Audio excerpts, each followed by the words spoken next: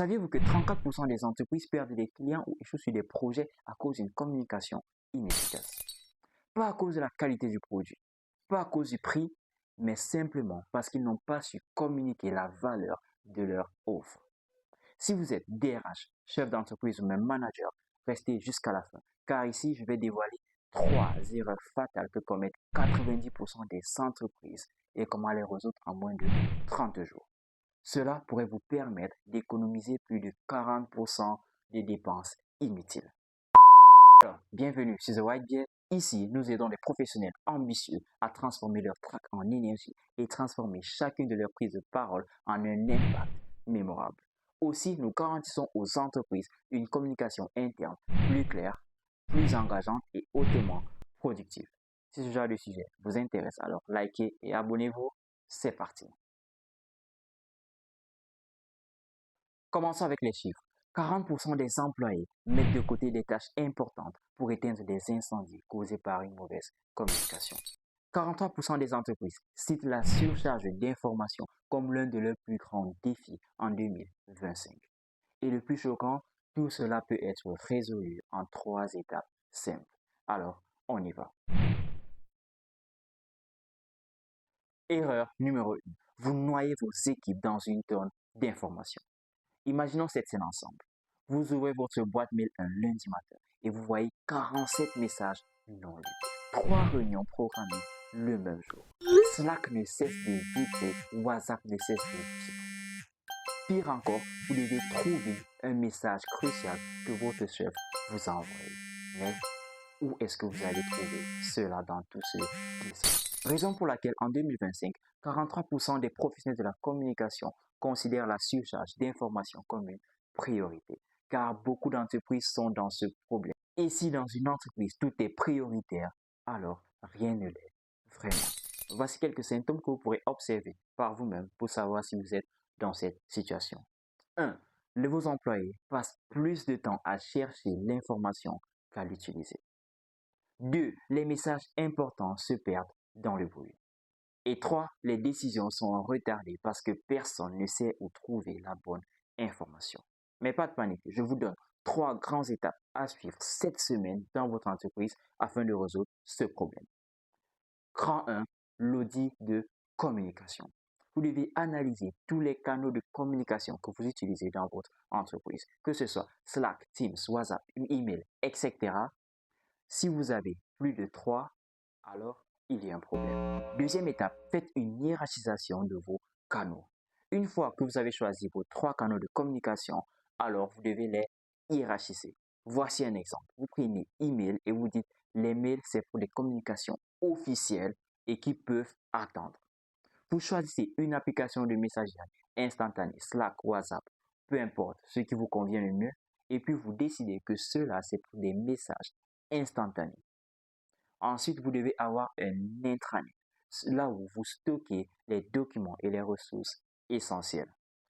Avec une hiérarchisation pareille, chacun de vos employés saura où aller chercher quoi et les informations cruciales seront facilement retrouvées. Troisième étape, tout message que vous envoyez doit pouvoir répondre à 3 questions. Première, quoi? C'est quoi le message principal? Pourquoi? Pourquoi est-ce important? L'action. Quelle est l'action que doit faire le destinataire de ce message? On va prendre un exemple concret, avant et après. Avant, hey l'équipe, j'ai vu qu'on avait quelques soucis avec le projet client X. Est-ce que quelqu'un pourrait me faire un point? J'aimerais aussi discuter de la stratégie pour P4 et voir si on est aligné avec les objectifs. Au fait, quelqu'un a vu le doc de Marie? Un peu confus, n'est-ce pas? Voyons la différence lorsque le même message répond aux 3 questions qu'on a vues précédemment. Après, urgent. Projet client X, réunion vendredi 14h pour résoudre les blocages. Action requise. Chaque chef d'équipe prépare un rapport de 5 minutes. Lien vers le dossier. Et vous mettez le lien. Résultat, l'information est claire, l'action est définie et tout le monde sait exactement quoi faire.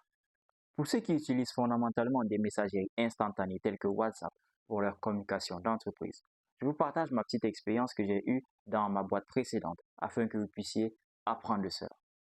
Alors, quand j'arrive dans la boîte, ils ont déjà des groupes WhatsApp qu'ils utilisent pour leur communication, tels que le groupe opération, le groupe transport, transport parce que ils livraient des produits dans toute la ville et aussi ils avaient deux localisations, une en bas et une un peu plus haut dans la ville. Et ils avaient le groupe comptabilité, finance, le groupe business pour faire des analyses beaucoup plus générales. Qu'est-ce que j'ai fait? WhatsApp a cette fonctionnalité qu'on appelle les communautés WhatsApp. Alors, j'ai juste créé une communauté pour leur entreprise. On a inséré tous les différents groupes qu'ils avaient. Et puis, avec cela, on peut autoriser certaines personnes à accéder à d'autres groupes ou pas. C'est-à-dire, par exemple, les personnes du groupe transport seront dans la communauté.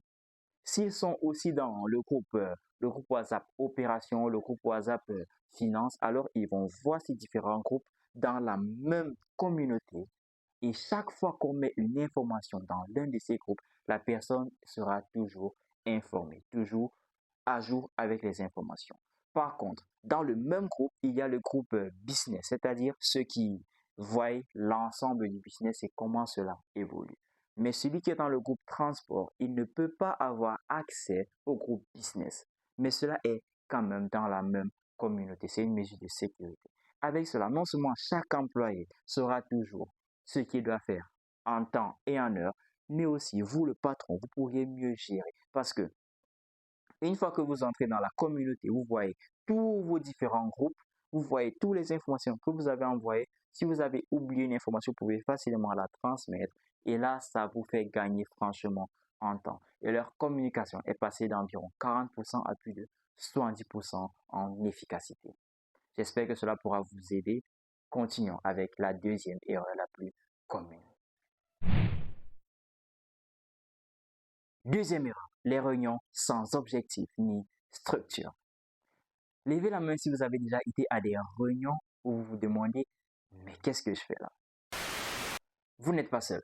Plus de 40% des professionnels disent qu'ils doivent mettre de côté des tâches importantes pour assister à des réunions qui ne servent à rien. Voyons ce que nous disent les chiffres. Si vous avez une réunion d'1 heure de temps où vous placez 10 personnes qui gagnent en moyenne 10 000 francs par heure, alors cette réunion vous a coûté 100 000 francs. Mais le problème vient à ce niveau. Si toutes ces 10 personnes ne gagnent rien de concret, il n'y a pas d'efficacité, pas de productivité, alors vous venez de brûler 100 000 francs. Multipliez cela par toutes vos réunions que vous faites par semaine, par mois et dans toute l'année. Voyez tout l'argent que vous êtes en train de brûler à force de mettre des personnes dans des réunions qui ne les concernent pas ou des réunions qui n'ont pas de structure. La solution, utilisez le framework en 5 étapes rapides. Résultat, agenda, participants, input et décision. R, résultat. Quel est l'objectif principal de cette réunion? Vous devez la mentionner. Agenda. C'est quoi l'agenda de la réunion? Cela doit être envoyé au moins 24 heures avant la réunion. Rapide. P. Participants. Vous devez mentionner les noms des personnes concernées ou des personnes qui vont prendre des décisions lors de cette réunion. Si c'est un groupe de personnes, mentionnez tout le groupe. I. Input. Vous devez donner quels sont les documents à lire ou à préparer avant la réunion. Et puis décision. Quelle décision doit être prise à la fin de cette réunion? Cette technique vous permet de gagner en temps et en productivité, mais mieux encore, cela vous évite des dépenses inutiles et des dépenses énormes comme on a déjà fait le calcul précédemment. Maintenant, terminons avec la troisième erreur la plus commune. Dans beaucoup d'entreprises, la culture de feedback est quasiment inexistante. Tout au plus, il y a deux types de feedback dans la majorité des entreprises. Un, le feedback de fin d'année. Déjà, il est trop tard avec ce genre de feedback pour changer quoi que ce soit. Et deux, les feedbacks donnés en plein temps de crise. Cela est chargé de trop d'émotions et totalement pas pratique et inutile pour amener un changement positif. Entre ces deux feedbacks, silence radio. Personne n'ose dire la vérité. Pourquoi c'est dangereux? Les petits problèmes deviennent des gros problèmes. Les employés talentueux partent parce qu'ils se sentent invisibles. Les erreurs se multiplient car personne ne les signale et l'innovation meurt parce que les nouvelles idées sont étouffées. La solution, le framework SBI. Situation. Décrivez le contexte précis. On va voir un exemple. Behavior. Décrivez le comportement observé sans jugement. Impact. Décrivez l'impact que cela a sur l'entreprise. Voici un exemple. Que de dire? Tu es toujours en retard et ça me saoule. Dites plutôt ceci. Lors des 3 dernières réunions mardi, ça c'est la situation, tu es arrivé 15 minutes après le début. Ça c'est le comportement de la personne. Behavior. Ça a causé une répétition d'informations et retardé nos décisions de 30 minutes à chaque fois. Ça, c'est l'impact que son retard a causé.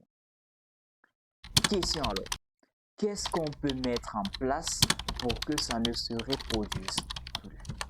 Là, vous venez de donner un feedback positif. Et remarquez, cela n'est pas fait en fin d'année ni en plein temps de crise. Cela doit se faire lorsque le problème devient habituel. Alors, retenez ceci. Pour donner des feedbacks constructifs, vous devez vous concentrer sur l'avenir et non le passé. À partir d'aujourd'hui, faites plutôt ceci. La prochaine fois, essaye de. Pour améliorer ça, je suggère quelles ressources te seraient utiles pour aller plus loin. Faites de cela une culture dans votre entreprise. Par exemple, de manière hebdomadaire, chaque vendredi, faites un tour de table de 15 minutes environ. Qu'est-ce qui a bien marché cette semaine? Qu'est-ce qui est à améliorer? Et aussi, qu'est-ce qu'on doit faire de manière différente la semaine prochaine?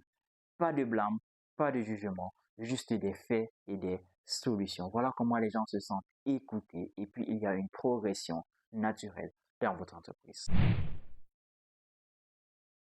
Récapitulons les 3 erreurs fatales de communication dans les entreprises. La surinformation.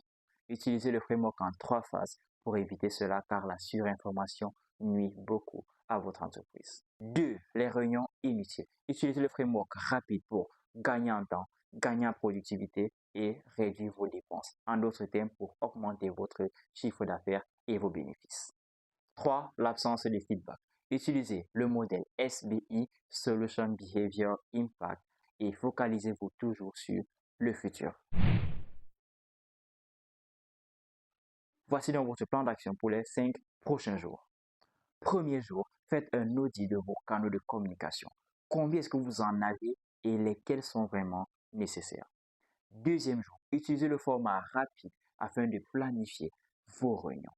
Et puis, notez la différence. Et puis le troisième jour, organisez une session de feedback avec le format SBI pour vendredi. Vous voyez, vous organisez cela mercredi afin que vous l'envoyez à vos employés d'ici au trop tard jeudi. Comme ça, ils soient préparés pour vendredi. Voici un framework qui va permettre de transformer la communication de votre entreprise. Dites-moi en commentaire si vous avez d'autres idées ou même des difficultés particulières de communication dans votre entreprise. N'oubliez pas, une bonne communication, ce n'est pas parler plus, c'est parler clair. Si cette vidéo vous a été utile, n'hésitez pas à liker, partager avec vos équipes et surtout abonnez-vous pour ne manquer aucun de nos contenus autour de la communication d'entreprise et la communication personnelle en public. À bientôt, prenez soin de vous. Bye bye.